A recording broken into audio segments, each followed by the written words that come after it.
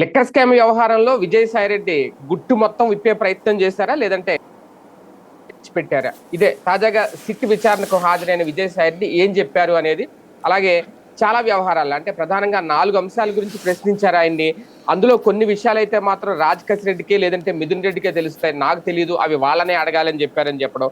అంతేకాకుండా కొన్ని కొత్త పేర్లు కూడా తెర మీదకి వచ్చినాయి. గతంలో ఈ లిక్కర్ వ్యవహారానికి సంబంధించిన సమావేశాల్లో మిథున్ రెడ్డితో పాటు వాసుదేవ్ రెడ్డి, సత్యప్రసాద్, కసిరెడ్డి, సజ్జల శ్రీధర్ రెడ్డి వీళ్ళందరూ పాల్గొన్నారు. కేవలం 2 మీటింగుల్లో మాత్రమే నేనున్నాను, తర్వాత ఏం జరిగిందో నాకు తెలియదు అనేది. అంటే ఉన్నది ఉన్నట్టు వాస్తవాలు అయితే చెప్పే ప్రయత్నం అయితే చేశారు విజయసాయిరెడ్డి అనేది. అలాగే ఆయనకి వ్యక్తిగతంగా కూడా అంటే పార్టీలో ఆయనకు జరిగిన అవమానాలు, నెంబర్ 2 స్థానం దగ్గర నుంచి 2000వ స్థానానికి పడిపోయానని చెప్పి తర్వాత గ్రహించాను ఏం జరిగింది అనే విషయం కూడా. అంటే ఒకటి, ఆయన మనసులో చాలా ఆవేదన, చాలా బాధ ఉంది. అదే నేపథ్యంలో లిక్కర్ స్కామ్ జరగలేదు అని అయితే మాత్రం ఆయన ఎక్కడ చెప్పట్లేదు. మొత్తం అంతా వాళ్ళకే తెలుసు అనేది కొన్ని కొత్త పేర్లు కూడా తెర మీదకి రావడం. ఏం జరగబోతోంది ఇదే అంశం మీద చర్చించే ప్రయత్నం చేద్దాం.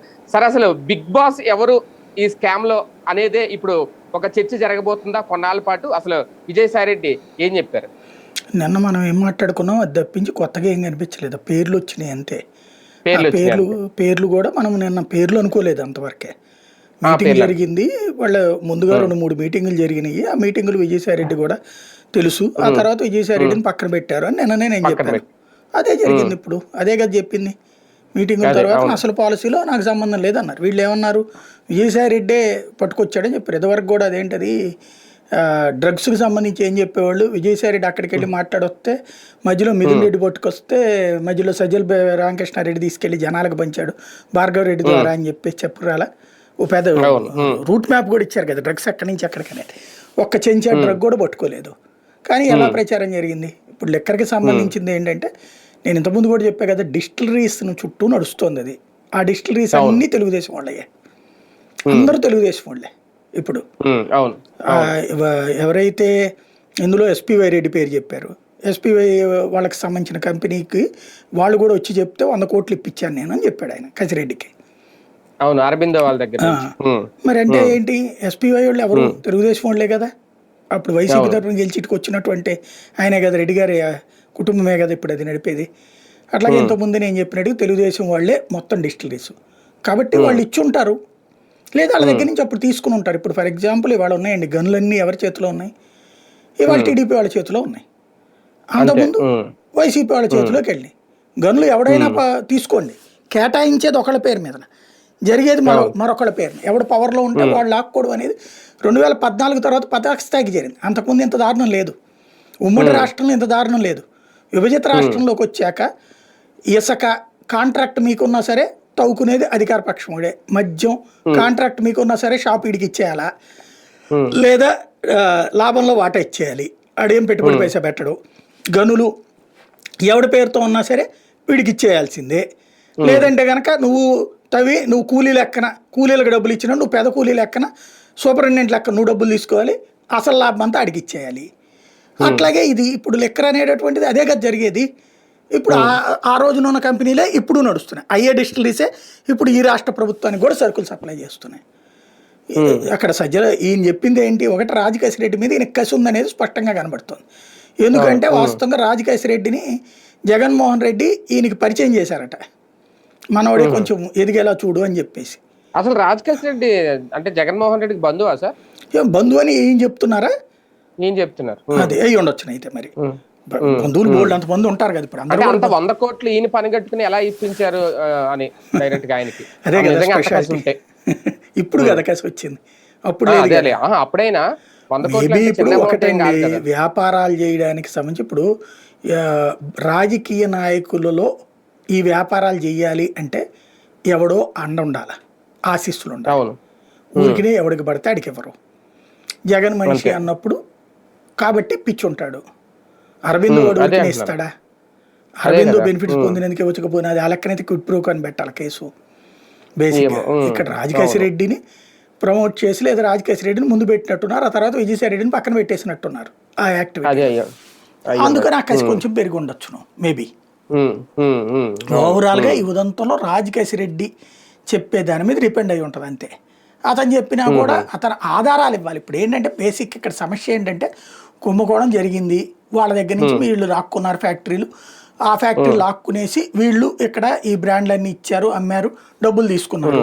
డబ్బులు తీసుకున్నది ఎవరు? కంపెనీలు, షాపుల దగ్గర కాదు. ఇక్కడ డబ్బులు తినడానికి కుదిరింది. వీళ్ళు ప్రొజెక్ట్ చేస్తుంది ఏంటి?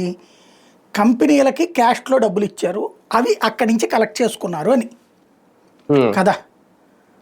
ఇప్పుడు అక్కడ అసలు లెక్క లాజిక్ కావాల్సింది, అది తేలాల్సినటువంటి అంశం. ఇక్కడ ఏంటంటే ఈయన కర్ర వెరక్కుండా పాము చావకుండా టాక్టికల్గా కొట్టారు. తెలుగుదేశంకి సంబంధించినటువంటి మీడియా మనసుని సంతృప్తిపరిచారు. అదే సందర్భంలో తను ఇరుక్కోకుండాను చూసుకున్నారు. ఇంకోటి నేనేం చెప్పాను అని చెప్పడానికి కుదిరింది. అందుకనే చాణుక్యుడు అనమాట, అపర చాణుక్యుడు ఆయన. ఇప్పుడేంటి, నేను చెప్పేశాను కదా, వాళ్ళ పేర్లు చెప్పేసాను, వాళ్ళని ఎంక్వైరీ చేసుకొని పోండి, నాకేం సంబంధం లే, తద్వారా తను సేఫ్. అదే సందర్భంలో వాళ్ళు ఎవరు ఎంక్వైరీ చేసినా ఏముంటుంది? అవునండి మేము అందరం కూర్చున్నాం, పాలసీ డెసిషన్ తీసుకున్నారు, తర్వాత తీసుకునే ముందు ఏమేమి సలహాలు అడిగారు చెప్పాం. ఇప్పుడు ఫర్ ఎగ్జాంపుల్ ఇవాళ టీటీడీకి సంబంధించి నిధులు ప్రైవేట్ బ్యాంకులో ఉంచాలా ప్రభుత్వ బ్యాంకులో ఉంచాలని ఒక కమిటీ వేశారు. ఆ కమిటీ వాళ్ళు ఇచ్చిన నివేదికని రేపు పొద్దున అమలు చేయాలా లేదన్నది వాళ్ళు చూసుకుంటారు. అట్లా కమిటీలు వేయడం అనేది ప్రభుత్వాలు సహజంగా జరుగుతుంటాయి.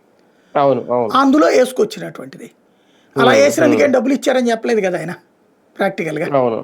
ఇప్పుడు ఏంటంటే రాజ్ కసిరెడ్డి దొరికి అతను అవును నేను ఇట్లాగా ఒక 100 కోట్ల రూపాయలు అప్పుడు అప్పు చేశాను, ఇప్పుడు నా సంస్థకు సంబంధించింది దాదాపు 3-4 వేల కోట్లు ఉంది, ఇదంతా జగన్ సంస్థే, ఈ డబ్బులన్నీ ఇప్పుడు సినిమాలు తీసిన ఈ డబ్బులన్నీ కూడా జగన్ నా పేరుతోనే నడపమన్నాడు, నేను నడుపుతున్నాను అని రాజ్ కసిరెడ్డి చెప్పాలి.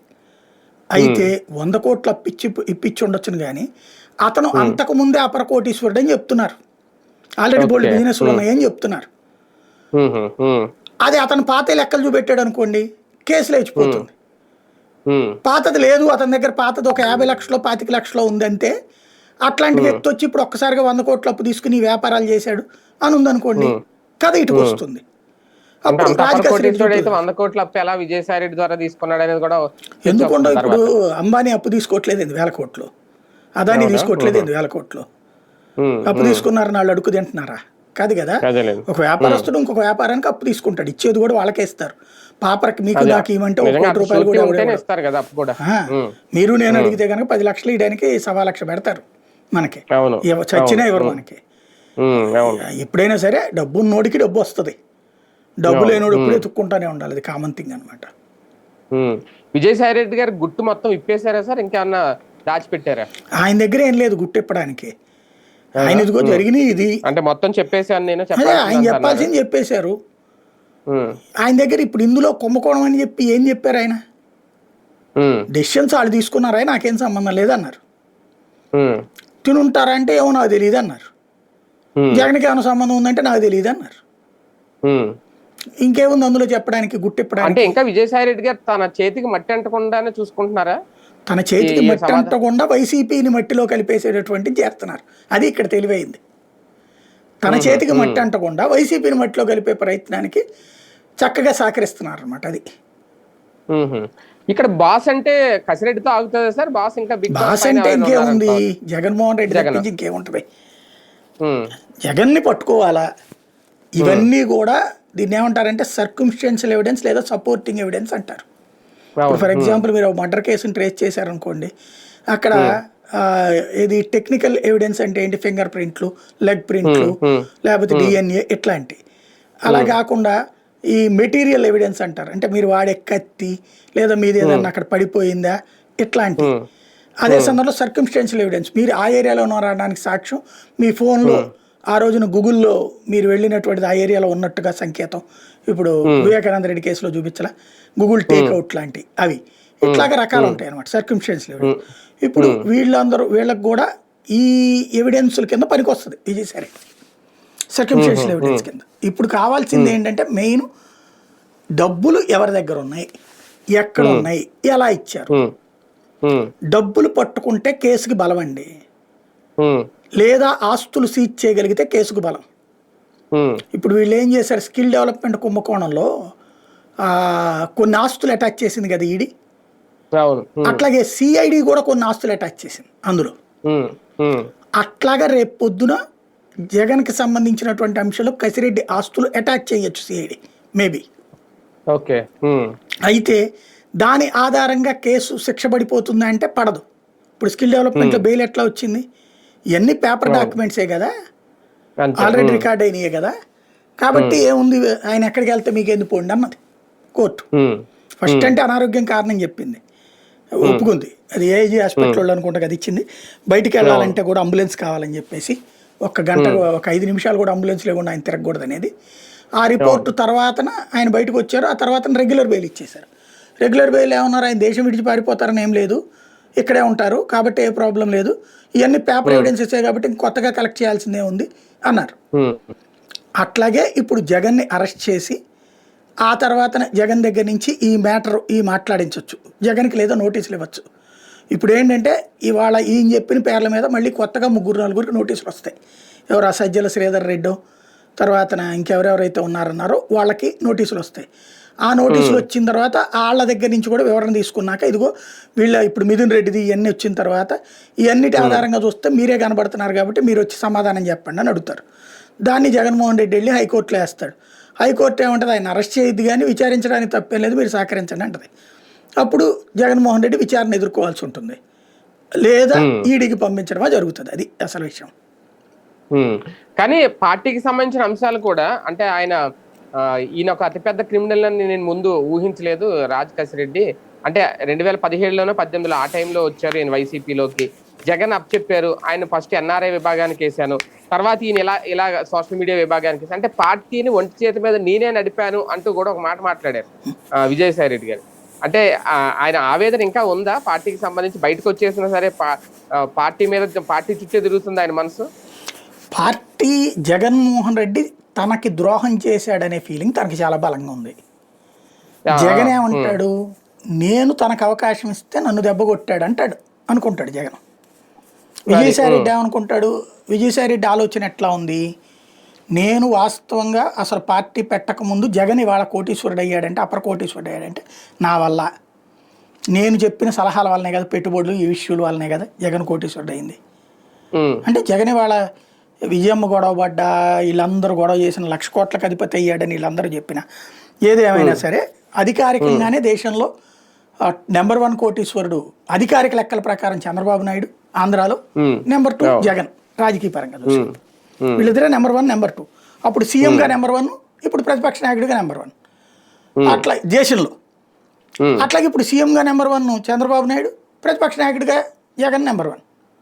డబ్బులు ఫైనాన్షియల్గా ఆ స్థాయి డబ్బులు వచ్చినాయి అంటే తన వల్లనే. ఆ తర్వాత తనకి జగన్తో పాటు జైలుకి వెళ్ళి 16 నెలలు అనుభవించాల్సి వచ్చింది.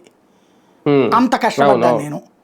దానికి ఆయన ఇచ్చిందేమో ఓ రాజ్యసభ సీటు, ఫ్లోర్ లీడరు, అది కూడా కేంద్రంతో ర్యాపో మెయింటైన్ చేస్తాను కాబట్టి నాకు ఇచ్చారు. కానీ అది చేసి పెట్టాను అక్కడి నుంచి నిధులు రప్పించడం కానీ ఇవన్నీ. ఎట్ ద సేమ్ టైం ఆ రాజ్యసభ సీట్ ఇచ్చినప్పుడు కూడా తన ఇళ్ళు అమ్ముకుని, నెల్లూరు చెన్నైలో 2 ఇళ్ళు ఉన్నాయట ఆయనకి, ఆ ఇళ్ళు అమ్ముకుని 42 కోట్ల రూపాయలు ఎమ్మెల్యేలకి డబ్బులు పంచారట. అంటే రాజ్యసభకి ఆయనకి ఓటు వేయడానికి వాళ్ళకి డబ్బులు అడిగారు, ఇచ్చారు. ఈయన రెండోసారి కూడా మళ్ళీ ఇచ్చారు, అప్పుడు మాత్రం డబ్బులు ఇవ్వలేదు కరెక్టే, కానీ ఎంపీగా పోటీ చేయించి డబ్బులు ఖర్చు పెట్టుకున్నాను, అది అప్పులు చేసి తీసుకోవాల్సి వచ్చింది. ఇప్పుడు ప్రస్తుతం నా దగ్గర ఉన్నదైతే కనుక ఓన్లీ పొలాలు ఏదైతే పండించుకుంటున్న పొలాలు తప్పించి ఏమీ లేదు, మిగతా సొంత ఇల్లు కూడా లేదు. ఇది ఆయన చెప్పేది తన సహచరులకి, తన సన్నిహితులకి. నేను ఆర్థికంగా రూపాయి సంపాదించుకోలేదు, కానీ నేనేదో 1,00,000 కోట్లు తినేశానని చెప్పేసి ప్రచారం మాత్రం చేశారు. జగన్ చేసుకుని ఉండొచ్చు, ఆయన మనుషులు చేసుకుని ఉండొచ్చు, ఆయన కోటరీ చేసుకుని ఉండొచ్చు. జగన్ కోటరీ నన్ను దొక్కేసింది, ఇంత చేస్తే జగన్ స్వయంగా నన్ను ముసలోడు అంటాడా? సాక్షి మీడియా జగనే కదండి ముసలోడు అయిపోయాళ్లే అంటే అప్పుడు ఈయనకి పదవి ఇవ్వడం ఆ తర్వాత తీసేయడం జరిగింది కదా. అంటే అది వీళ్ళు మొన్న దాంట్లో చర్చించినట్టున్నారు, సాక్షిలో డిబేట్ లో ఆ మాట అన్నారు అని కదా ఈయన అన్నది. అసలు సాక్షి ఛానలే పెట్టించింది, నేను నన్ను అంతకుముందు పేపర్లో కూడా వచ్చింది. అప్పుడు ఏదో సాక్షిలో ఇవన్నీ ఇప్పుడు జరిగింది అనుకోండి, అప్పుడు జగనే అన్నాడని పేపర్లో వచ్చింది. ఏమని పదవి మార్చడం మీదన ఏదో అన్నప్పుడు సాయిరెడ్డి అన్న ముసలోడు అయిపోయాడులే అందుకని వీళ్ళకి ఇస్తున్నానులే అని చెప్పి అన్నారు అనేసి. ఆయనకి అనేక పదవులు ఇవ్వడం ఇచ్చి 3 నెలలు ఆయన సరిగ్గా కూర్చునే లోపే మార్చేస్తా వచ్చారు. ఆ మార్చేయడానికి వెనకాలన జగన్ చుట్టూ ఉన్న మనుషులు, జగన్ దగ్గర ఉన్న మనుషులు కారణం అనేది విజయసాయిరెడ్డి ఫీలింగ్. అదే క్వార్టర్ అనేది ఆయన ఫీలింగ్. ఒక 5-6 ఏం జరిగినా వాళ్ళకే తెలుస్తుంది అనేది ఆయన ఫీలింగ్. వాళ్ళే చేస్తారు అన్నటువంటిది.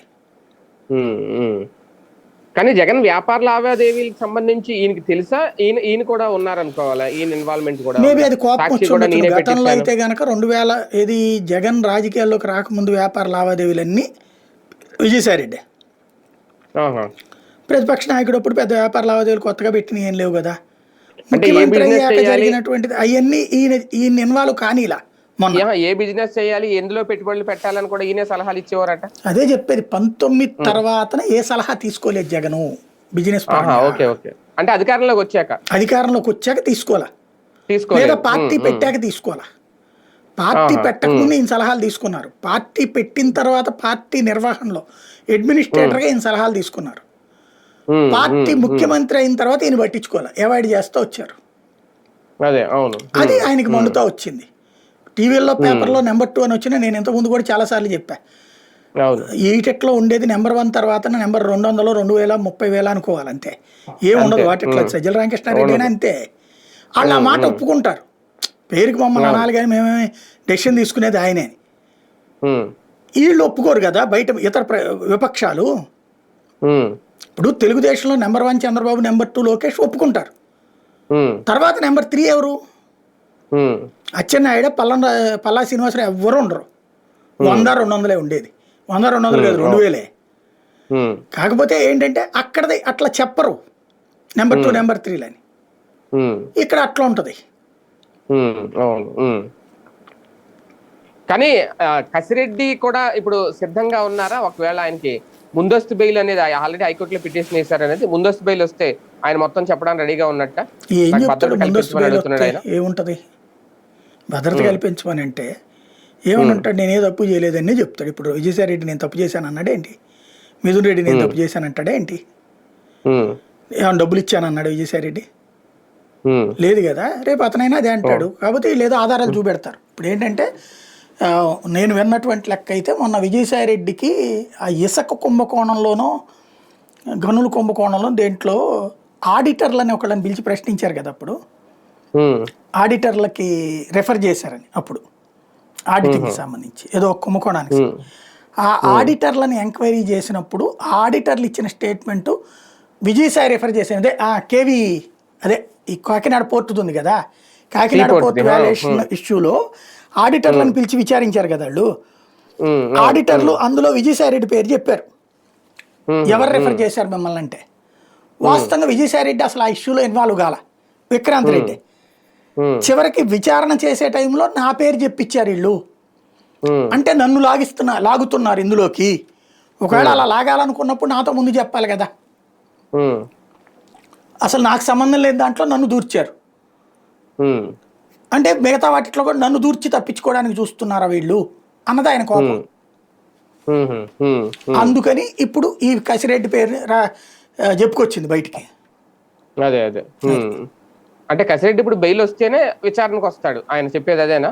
అంతే, లేకపోతే అమెరికాలో ఉంటాడు. ఇదివరకు కొంతమంది అట్టగా వెళ్ళిపోయి కనిపించకుండా పోలా, మళ్ళీ ఎలక్షన్ అయిపోయాక కనిపిస్తున్నారు చూడండి, అట్లా ఉంటది. సార్, విజయసాయి రెడ్డి గారు 4 పేర్లు చెప్పారు కదా, వాసుదేవరెడ్డి, సత్యప్రసాద్, సజ్జల శ్రీధర్ రెడ్డి లాగా. ఓకే, కసిరెడ్డి పేరు ముందు నుంచి ఉందనుకోండి, ఆయనే సూత్రధారి అనేది. ఒక 4 ఇందులో ఇన్వాల్వ్ చేశారా, లేదంటే వాళ్ళు అప్పుడు భేటీలో పాల్గొన్నారు కాబట్టి వాళ్ళ పేర్లు చెప్పేశారా? వాళ్ళు మీటింగ్ లో పాల్గొన్నారని చెప్పారు కానీ వాళ్ళు కుంభకోణం చేశారని చెప్పలే ఆయన. పాలసీ భేటీలో పాల్గొన్నారన్నారు. ఇప్పుడు వాళ్ళందరూ నోటీసులు ఇస్తారు కదా, అంతే, నోటీసులు ఇస్తారు. అవును మేము మీటింగ్లో పాల్గొన్నాం, ఆ తర్వాత పాలసీ గవర్నమెంట్ తీసుకుంది, అధికారులు తీసుకున్నారని చెప్తారు. అధికారులను అడుగుతారు. ఆల్రెడీ వాసుదేవరెడ్డి చెప్పేశాడు కదా. ఇప్పుడు వాసుదేవరెడ్డి అడిగిన పాయింట్స్ మళ్ళీ వాళ్ళని అడుగుతారు. వీళ్ళు ఏంటంటే ఈ సిబిఐ, ఈడీల విచారణ స్టైల్ని మెయింటైన్ చేస్తున్నారు. వాళ్ళతో మాట్లాడించి కొన్ని ప్రశ్నలు వేసి ట్రాపింగ్ క్వశ్చన్స్ అంటారు అనమాట. వేసి వాళ్ళ దగ్గర నుంచి ఒక విషయం రాబట్టి అందులో కావాల్సింది కట్ చేసి, ఇప్పుడు ఫర్ ఎగ్జాంపుల్ మేమందరం కూర్చున్నామండి, ఆ తర్వాత మాట్లాడుకున్నామండి, ఆ తర్వాత ఏది తేల్చుకోకుండా వెళ్ళిపోయిందండి అన్నదాన్నంతా దాంట్లో ఈ 2వ ముక్క కట్ చేసేస్తారు. మేమందరం కూర్చున్నాం డెసిషన్ తీసుకుందామని అన్న వరకు పెట్టేసి ఆ ముక్కని ఇక్కడ వినిపిస్తారు. ఏమయ్యా ఇట్లా చెప్పారు చూస్తే అయిపోయింది, ఆయన కమిట్ అయిపోయాడు అని. అప్పుడు ఈ వచ్చిన వాళ్ళు అంటే వాడు కమిట్ అయిపోయాడు మనల్ని నిరికిస్తున్నాడని వీళ్ళు చెప్పాలి ఒక పాయింట్. ఇది తీసుకెళ్ళి రెండో వాళ్ళ దగ్గర పెడతారు. ఇది ఒక స్ట్రాటజీ.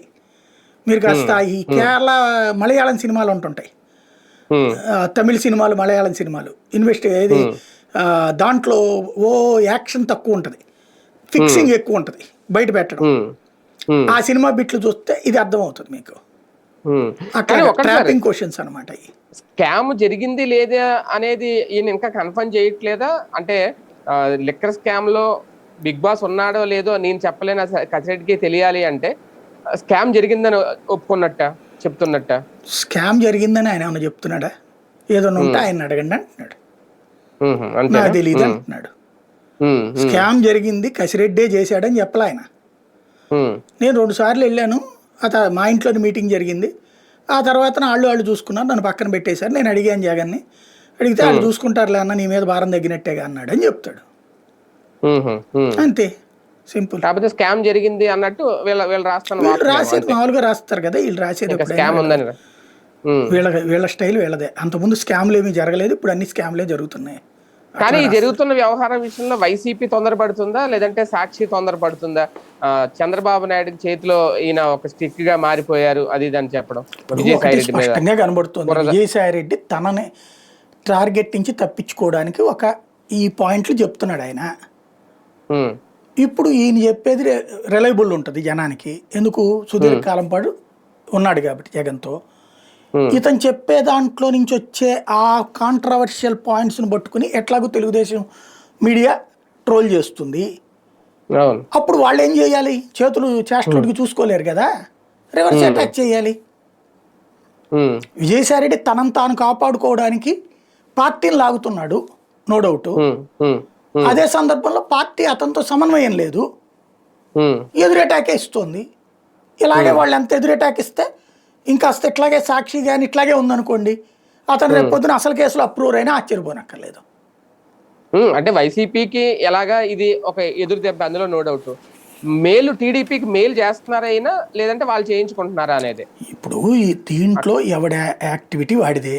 ఇప్పుడు ఇదివరకటి రోజుల్లో చంద్రబాబుకు వ్యతిరేకంగా వాంగ్మూలం చెప్పాడు అన్నటువంటి అధికారి ఆ తర్వాత నేను చెప్పలేదంటాడు.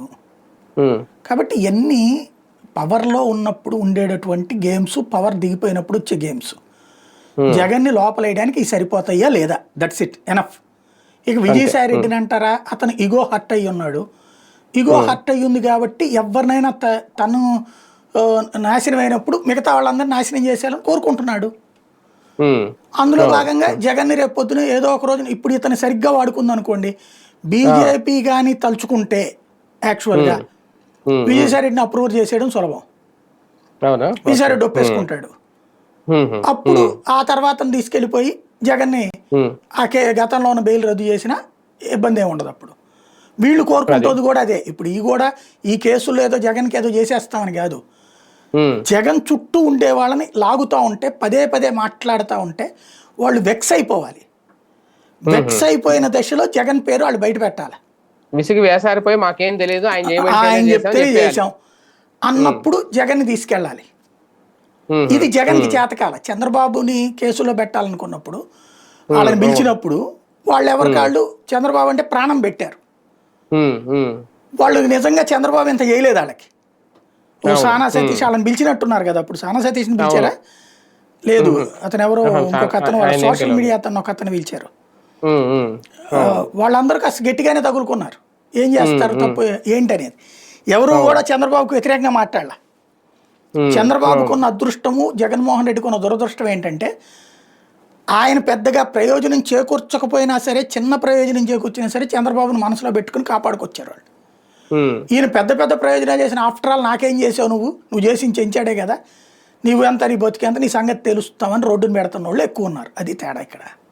అది రైట్. చూద్దాం. మొత్తానికి లిక్కర్ స్కామ్ వ్యవహారానికి సంబంధించి సిట్ దూకుడైతే పెంచిందని చెప్పాలి. విజయసాయి రెడ్డి గారు చెప్పాల్సింది చెప్పేశారు. ఇంకా విచారణకు పిలిస్తే మరోసారి వెళ్ళడానికి కూడా సిద్ధంగా ఉన్నారని చెప్తున్నారు. ఈ లోపల ఆయన కొన్ని పేర్లు అయితే తెర మీద తీసుకొచ్చారు. మిథున్ రెడ్డిని కూడా ఆల్రెడీ సిట్ విచారిస్తున్న నేపథ్యంలో ఆయన ఏం చెప్తారు, తర్వాత సజ్జల శ్రీధర్ రెడ్డి పేరు, వాసుదేవ్ రెడ్డి, సత్యప్రసాద్, వీళ్ళందరి విషయంలో కూడా వాళ్ళ పేర్లు, అంటే ఎవరైతే భేటీలో ఉన్నారో ఆ పేర్లను తెర మీద తీసుకొచ్చారు. ఏం జరగబోతోంది, అసలు బిగ్ బాస్ ఎవరనే పదం అయితే ఇప్పుడు తెర మీద తీసుకొచ్చింది మీడియా. ఆ బిగ్ బాస్ ఎవరనే దిశగానే ఈ కేసుని ఇంకా సాగే వరకు సాగదీస్తారు. ఫైనల్ గా ఏం జరుగుతుందో చూద్దాం.